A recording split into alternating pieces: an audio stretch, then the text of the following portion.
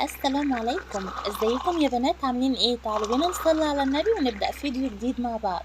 لو مش مشتركة في القناة اشتركي علشان يوصلك كل جديد وتنضمي لعيلتنا.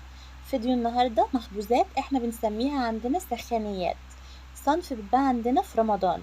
قوليلي بقى عندكم انتوا بتسموه ايه؟ عجينة هشة وناجحة 100%. اظن العجينة بتتكلم عن نفسها. شايفين؟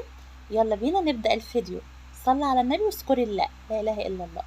كيلو من الدقيق عليه معلقتين حليب بودرة، وهجيب كوباية فيها معلقة سكر كبيرة ورشة ملح، وهضيف كيس خميرة ومية دافية علشان الخميرة والسكر وكل حاجة تدوب مع بعض. هنزل بيهم على الدقيق وهكمل عجن بمية دافية. هنا لميت العجينة كويس يا بنات، وبعدين هضيف لها معلقة زبدة كبيرة بدرجة حرارة المطبخ بالشكل ده، وهبتدي اكمل عجن تاني لحد العجينة ما تبقى لينة وطرية في ايدي جدا. لو محتاجة مية بزود مية. تمام. كل ما بتزودي عجن كل ما العجينة بتبقى ناجحة معاكي وطرية وجميلة. هخلص عجن وهركنها على جنب في مكان دافي علشان تختمر ويتضاعف حجمها. هنا خلاص بعد التخمير همسح الرخامة بمسحة من الزيت كده، وهنزل عليه بالعجينة. انت واضح جدا ان حجمها زاد جدا معايا. تمام. هاخد العجينة بقى كده وهبتدي اشكلها لكور حجمها كله متساوي. حجم الكورة اللي بيحدد حجم المخبوزات معايا. لو هي صغيرة المخبوزات هتبقى صغيرة، انا مخليها متوسطة.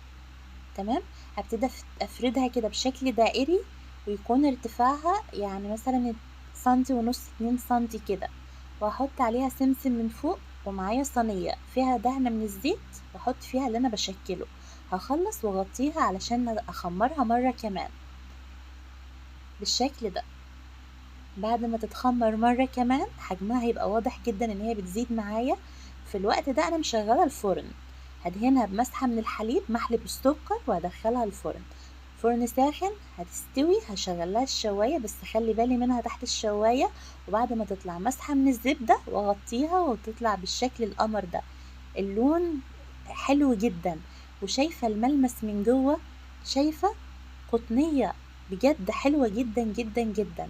شجعيني بلايك حلو منك كده، ما تبخليش عليا بيه. شايفة؟ شايفة هشة ازاي؟